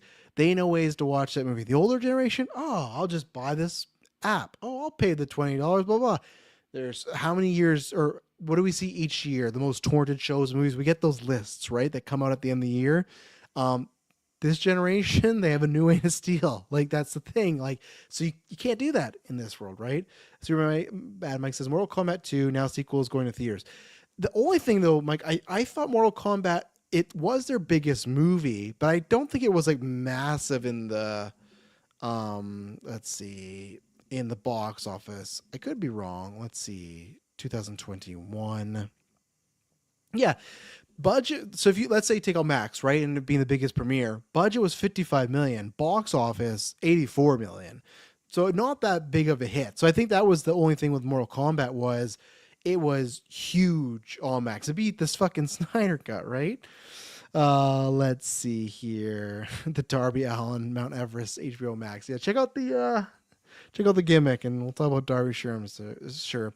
SWF says they should have done same day first quarter, and if they wanted to still keep part of that plan, 30 until streaming. I swear someone else did that. I don't remember. Maybe it was Peacock. Yeah, I can't remember. And then obviously at Disney, they had the whole go to the movie theaters or play like a premium to get like Black Widow or Mulan and stuff. So everybody was trying different stuff up. But even Disney, which obviously fucked them in the ass with the Black Widow thing, because ScarJo lawyered up and that caused some drama and then she got paid. But even the Disney thing, they did that for a few movies and then they stopped it. But then they also suffered because they put a bunch of the fucking original Pixar movies on Disney Plus and that hurt them long term, right? So everybody, I think, did something that kind of hurt them in the long term, but that was just streaming and COVID in general. There's nothing you could do. It was like death by a thousand cuts at that point. So that's just where, though, what happened, that is a, canon, event that happened for the movie world where the combo of streaming and COVID killed that system. We can never fully go back. We will never, I don't even think ever, you never say never, right? But I feel a 99.98% never that you could see 9 films make $1 billion plus in the same year. Just things have changed, especially the way, and maybe there's some big boom and people are rich, great, but. And I guess the only way is if tickets go up. But again, if tickets go up, I think people just choose to go at home. There's so much stuff. You have things like Stranger Things coming out soon later this year. That's a massive event. So, but back to the 2025 list, and then I'll round off. We'll end it off here. So, Captain America: Brave New World, I put that Minecraft, Snow White, Dogman I liked, that was good. Bridget Jones, that's where I think we went off because we were talking about rom-coms. That was good. Mickey 17, good. Working Man, I put in the Monkey, haven't seen, I put in the good because I heard good things. Den of Thieves was good. Like Rotten Tomatoes, hadn't seen. Flight Risk, So what I did is, like I said, I just took the top 10 movies. I only did the domestic one. So that's why there's a little, like, I don't have the exact numbers. It's not like a, it should be 40, right? But it's not because there's lots of international movies. If you look at the list that are in there. So what I had is 22 in the good category and 15 in the bad category. Now you might hear that and think, oh shit, because in the 2010s, I had 58 in the good and 32 in the bad. And that sounds like a bigger spread, right? But really, percentage wise, in the 2010s, I had 65% good and 35% bad. In the 2020s, I had 59% good, 41% bad. Now, obviously, the scale, it just on me, in my opinion, and based on some other Rotten Tomatoes and other people's thoughts, it's, the show, Travis told you. This is what I'm telling you, right?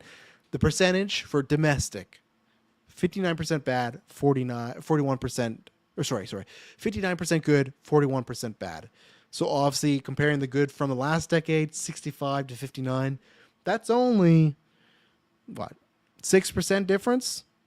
So that's where it's like, and that's what I was trying to see. And we're only 5 years in, and even this year, this is probably something I will return to maybe at the end of the year, and I'll definitely return at the end of the decade, where it's on par for the last decade. Even in my mind, though, it feels like more bad movies are getting the bigger pushes or getting more box office. And maybe that's the case, right? Because I have 6%, and 6% is a lot for just a couple years. And it really is just 4, right? And maybe that's the scary thing, too. I might feel like that because the COVID year was a crapshoot. So really, in the 4 years, we're already at a 59% good. Like, it's going down, in my opinion. So that's where I'm going to keep seeing. And I'm probably going to keep this document just to see it comparative-wise, in my opinion, where it was. Again, at the end of the year, we're going to have a lot more. That'll probably help the good category. But that's what I was trying to see is, are bad movies making more money than they ever have. And I'd say it's a little bit more, but it's still about the same as last decade. But even though myself last decade, before we went into it, I still said, hey, there's original films, got to find them. And just because you have a good story doesn't mean you're going to be successful, right? And we'll have to see how it goes. Because, like I said, when I did the 2000s and looked at the 90s, that was clear. Like, the goods to me would have been like 70 to 80s. Like the quality of those films, again, very different scale as far as box office and what was hitting and everything like that.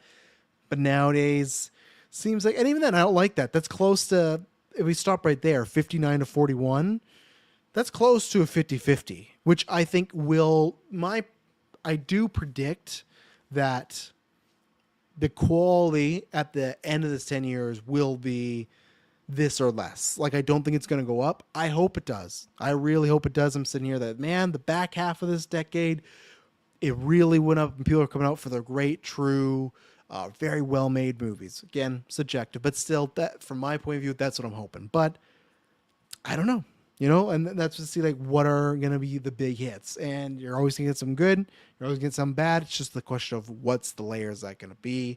Ending us off, Super Mike says Sony's benefiting from not only having their own stream or not having their own streaming, but they get the double dip with theater and Netflix contract. And don't forget too, a lot of those, I think it's mostly Marvel movies, but there's still, I think, a couple. But all those Marvel movies, they do the thing where they go to the theater and then they run on Netflix for a year, and then Disney has them on their streamer. So Sony was smart to, at the time, it did seem like, hey, why everybody else is getting streaming? Sony, you have all these properties. Why don't you do anything? But it was smart to kind of be a supplier to everybody. It worked out tremendously. And Sony, for the most part, I can't remember when. It was I don't know if it was a review me and Kirkland did or a newscast. And we were talking about Sony. And for the most part, take out their Marvel stuff, good and bad, right? I think it equals out. You have the Venom, Morbius, Madam Web crap, but then you got Tom Holland's and the Spider-Verse ones. I think it equals out and the good benefits the bad, probably, right? But if you look at most of their other films, their budgets are pretty good. Like, I don't even know if someone has a list, right? I bet they don't. Let me see, like, Sony most profitable 2020 movies. I doubt there is. It's a very specific list. But like, it's stuff like It Ends With Us. Like, that's a very, I didn't put movies, most profitable movies. Let's see, because it was just giving me console stuff. But like, let me pull it up while I try to find the other one. But It Ends With Us. Take out all the drama. I'm not bringing it for that. But you go. Oh, I got the fucking book. Come on. I'm live on air. Don't fuck with me. Budget $25 million. Box office $351 million.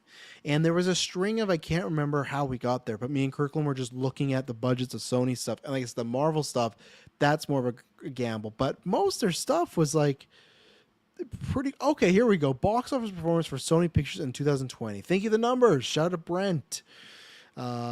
Because he gave me the numbers. But let's see. Oh, that's just in 2020. Fuck. Okay, let me see. I'll just take the top 3 of each year. Let me see here. And I'm hoping the numbers gives me the budget. Please give me the budget. Oh, boy, you're not going to give me the budget, are you? Okay, so here you go. So I'm going to give you the 3 quick addendum, right, for Sony the past few years. Okay, and I'm not going to do Marvel. Let's take Marvel out of it. Bad Boys, what is it, For Life? Production budget, $90 million, made $428 million. Great win, $90 million, not too bad, like even a bit more than I thought, but not too bad for a sequel, getting Lawrence back, Will Smith, etc., right? Jumanji Next Level, I'm sure it's going to be bigger, but even then, look at that.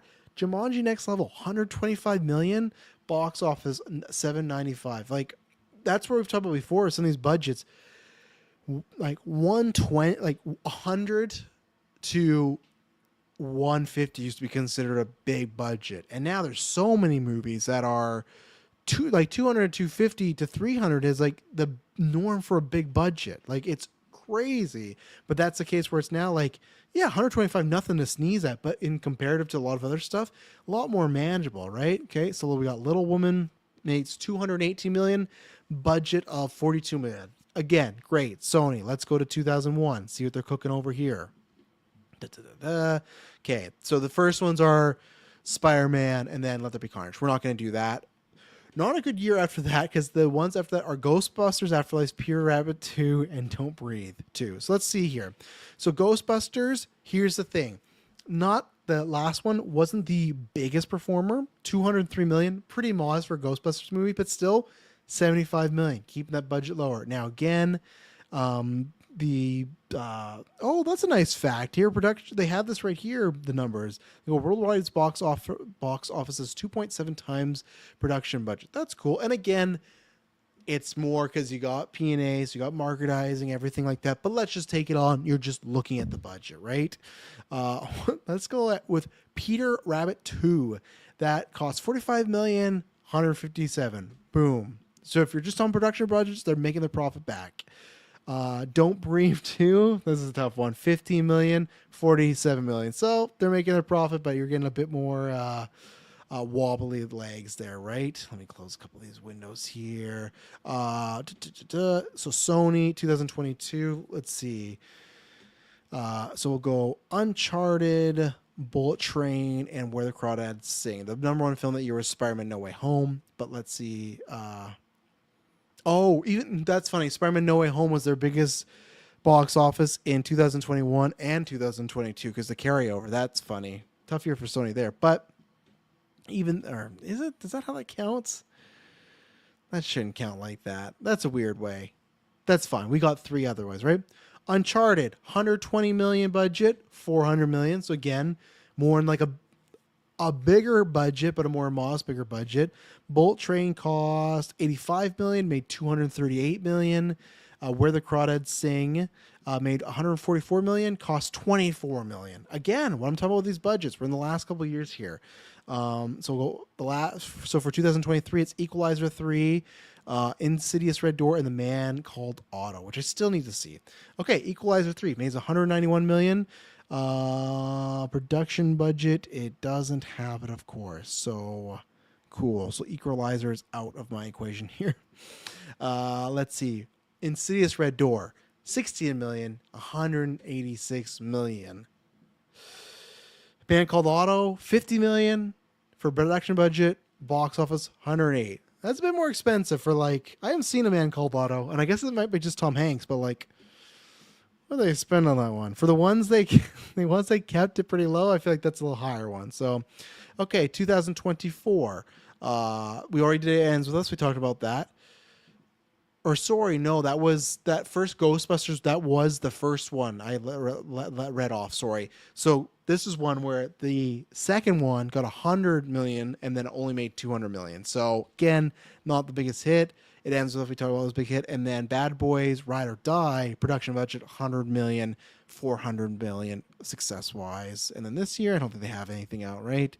Yeah, not really. They got. Let's look at One of Them Days, Paddington, Peru, and Hard Eyes. Let's take a look at this, and then we'll end it off here. SPUB says, the most I remember about Afterlife is that I went to see it with my friend. He went to the bathroom like 10 times during the movie. I still don't know if he was bored or just not feeling well. You should bring it up next time you see your friend. The thing I remember about Afterlife is movie was fine. We saw on Spring Break was I can't remember if I told the story on the review or not. Maybe I can't remember, but it was like 8-9 people in total. So it was me, like maybe not telling me and my kid, like excluding me and my kids, 8-9 people total. So a couple families back. There's one guy like 3 rows behind us who was alone. He was like younger 20s, and then in the front, like near the front in the access spot, there was like a man and woman with their son who clearly had some special needs, and that's where they're on the side there, right? Because he didn't have a wheelchair, but just easier access, right? And I remember that, obviously sometimes this was someone way more on the spectrum that like you can't control your emotions, or like if you laugh, it's going to be a little louder or whatnot. And like, great thing is my kids, like we've taught them well, that stuff doesn't bug them because they have students like that doesn't bug them.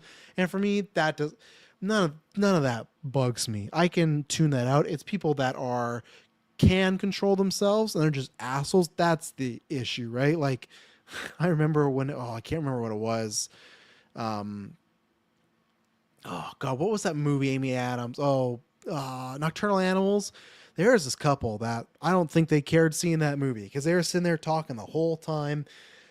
Gave them the first 15 minutes because, like, hey, whatever, we're starting the movie. 20 minutes in, gave them a look. Once we got half an hour, I said, can you please shut the fuck up? Said it super loud. They didn't talk the rest of the movie, and you could feel in the theaters people like they're like, what's going on, because they didn't know. But I don't care. And same thing in this situation where this kid, has bigger emotions. So if they laugh, or they might just, be talking a bit more, reacting and stuff, times where they might find something funny that's not even a joke, right?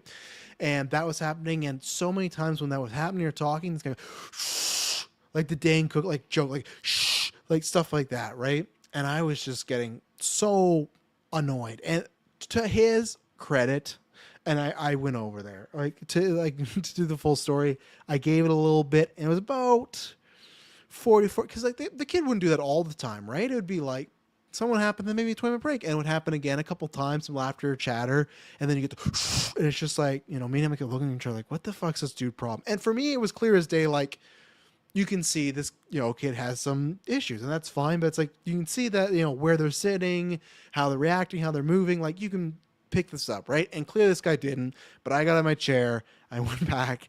I've never seen someone so scared in their life, because he probably thought, because the tale in the story is he did not know, at least he claims, and I did think he was genuine, he did not know the kid had special needs. And once I talked to him, didn't say a fucking word, was completely fine, looked embarrassed when the movie ended, because we walked past, he just sat in his chair, let us go. But I sat down and I said, like, what are you doing? And he's like, oh, well, I'm shushing this person. They keep talking. I'm like, can you not see that person, that couples with a kid that has special needs? Oh my God. I'm like, yeah. So just next time, think before you do those things. And then I walked away. And like I said, from his reaction, I could tell it's general. But when it started and he just sees this dude get up and then walk a couple aisles down and then walk in his seat, he looked fucking scared. Like I wasn't like walking over like getting ready to fight, but you're thinking like, why is this dude coming at me? And that's why, again, always think about your surroundings. And that's my memory of Afterlife. It's just like and luckily it was better that I found he didn't, but I was just like, fuck, man, like people go through enough. And that's where I was fine. It would have been a bigger problem if the guy had no problems booing some kid that had some like special needs, because then I'm not saying I would have fucking took him down there, but I was, because I'm not getting a fight nowadays. There'll be the wrestling matches, but I ain't getting fights. I one time gone to scuffle outside a theater when I was a young, and I had no problem picking a fight, but there would have been a big issue if it was just some fucking asshole, because like these parents go through enough. It's spring break. They're just trying to enjoy what they do with their kids. So that's why I remember Afterlife, I should watch it again. The first half of the movie, just like, like I'm just waiting for this guy to hopefully figure it out. And it keeps going. I feel bad for the parents, because I think sometimes they hear the shush, sometimes they don't, and they're not getting up because they are trying to do like, oh, like you quiet, but it's like, no, like there's fucking 9 people in this theater, whatever. So long story short, that's my Afterlife story. Superman Mike says, fun fact, technically Mufasa is still the highest grossing North American movie of 2025 if you count the carryovers. Yes, I never do, but the numbers do. But yeah, you're technically right. If you count the carryovers, it is. But finally, let's end this trash. Told you, so I can get some sleep. And then we got Daredevil tomorrow, news, lots of good stuff. One of them days, production budget of 14 million, worldwide box office 51. I've heard good things about this Kiki Palmer movie, so there you go. Again, budgets nice and low. Paddington Peru made 191 million, production budget 75. I bet they were probably expecting a bit more from that one, but still, like, you're not eating shit on it, right?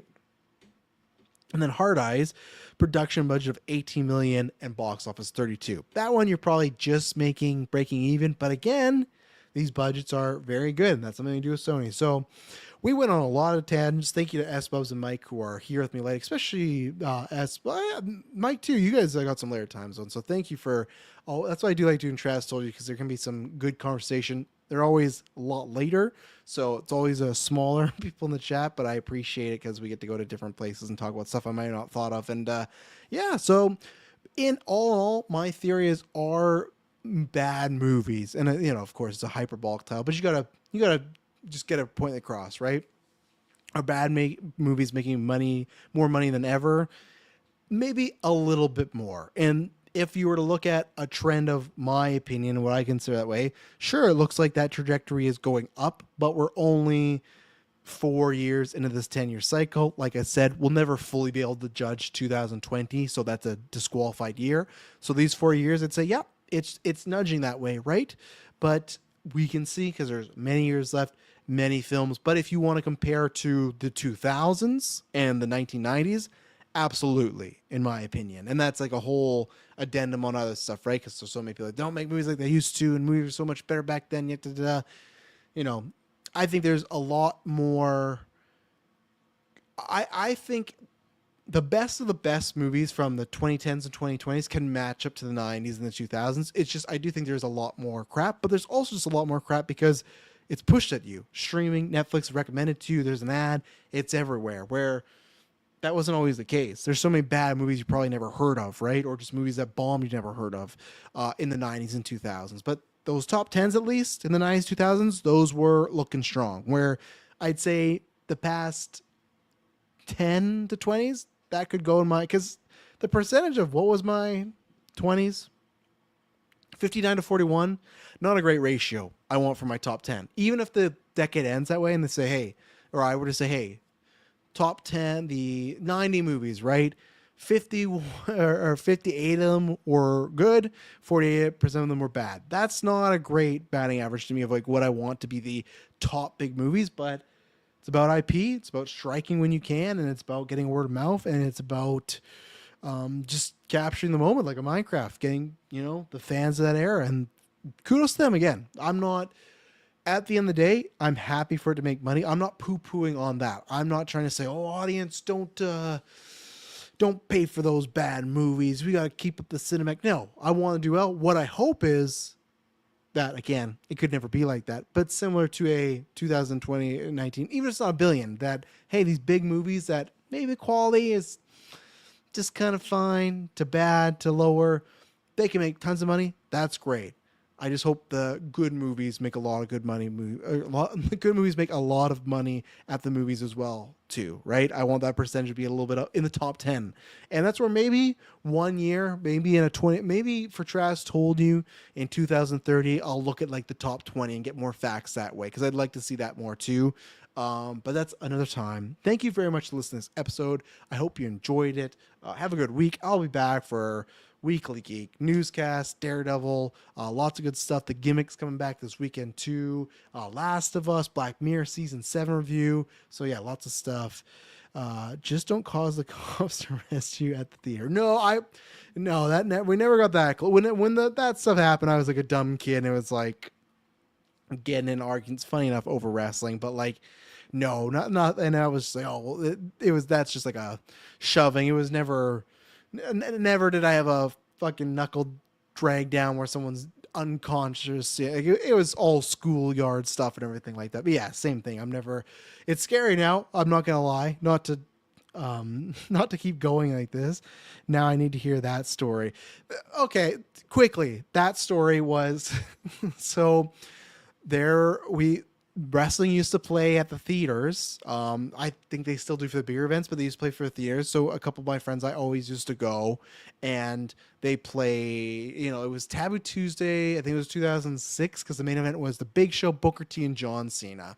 And I was just memeing on the Big Show, and I can't remember what it was. Oh, I can't remember if I was, I was being like, I always have like anybody else. Here's the thing. You go to a wrestling thing in theaters, everyone has their favorites and stuff. And I think this guy, funny enough, was a John Cena. Fuck John Cena, fuck that prick. But he was a John Cena fan, and John Cena lost. Most times at these situations where you could be joshing with people saying your guy sucks, and it's all fine, right? This guy took wrestling a little too far. He was my age, a year on younger or older, but it looked like you wouldn't know any difference, right? And for whatever reason, big John Cena guy and everything like that, and I kept bugging him, and John Cena ended up losing at that because I think Kevin Federline screwed him over. And I said some remark about, yeah, see, your boy, I lost, everything like that. And then what happened was he came up behind me while I wasn't even looking, slapped me in the back of the head. And then he went through the exit because there's like the back entrance and then there's the exit. And he didn't like run, but he like sped walk out of there. And like I said, I'm not saying I was a hothead, but I had no problem fighting back then. I've talked about this on, bread and butters and stuff like that. Um, let's see. It ain't a trust story without a wrestling themed ending. Yeah, I know. And like I said, this goes more into, but me and my friends, we used to do like fight clubs in basement. Like I liked doing physical stuff. I had no problem roughing around. Like I liked doing that stuff. I had no problem fighting. I had no problem with that. Like I had no problem settling that issue. And luckily that's, you grow up and you go, okay, that's, that was dumb. It's just dumb kid stuff. Right. But I went out there and then I just told him, hey, like, you're going to do that to my face. And then we just started shoving and there was like a couple punches but that's where it's like eventually people just break you up and you go across, but it was like in the alleyway of like not where the cars would park, like maybe like the employees park, but it was like between that and like there's a big building so no one could see, so that's where it was like down. It was just like classic, your head lock and everything, and then you just kind of go your way because you all know your parents are going to be picking you up soon too. So but yeah, it was just like, you don't just hit me in the back of the head, like fuck that. But nowadays I would tell my kids and everybody, I would not do that. It's different in Canada, not as bad, but even in America, like even now, there's times where something might happen in a park. I can't remember what it was, but there was one time in a park where someone was on a bike and they did something to somebody. And I like, there's part of me that wants to step in, but now the kids is like, you never know what people have nowadays. You never know how, like that's where for me, it's like, want to step in and do things sometimes, but you just, even the theater thing, that was like not risky because I looked at the guy, I'm like, I think I'm good, but you never know. I got a fucking switchblade and wanted to teach me a lesson because I embarrassed him in the afterlife screening, right? Like, there's so many times where, it sounds bad, but it's like, hey, because I got to provide. I got to be there for the family. I can't, like, I can't say anything, but there's so many times I want to. There's so many times and that's what happened. It was, Cyber Sunday, 2006. Guy was really big John Cena fan. I memed on him, slapped me in the back of the head, and then I met him in the parking lot, and then we pushed and shoved and whatnot. Gotta say, I got the better of it, I was not because of skill. I was big. I've said this before. I was 240 pounds, big beefy guy. like luckily I was like a Samoa Joe, where I was like still had a lot of stamina, but I could just push weight around a lot, and so that's my story, and that's how I'm gonna end. Travis told you. Everyone, have a good night, have a good week, and I'll see you next time.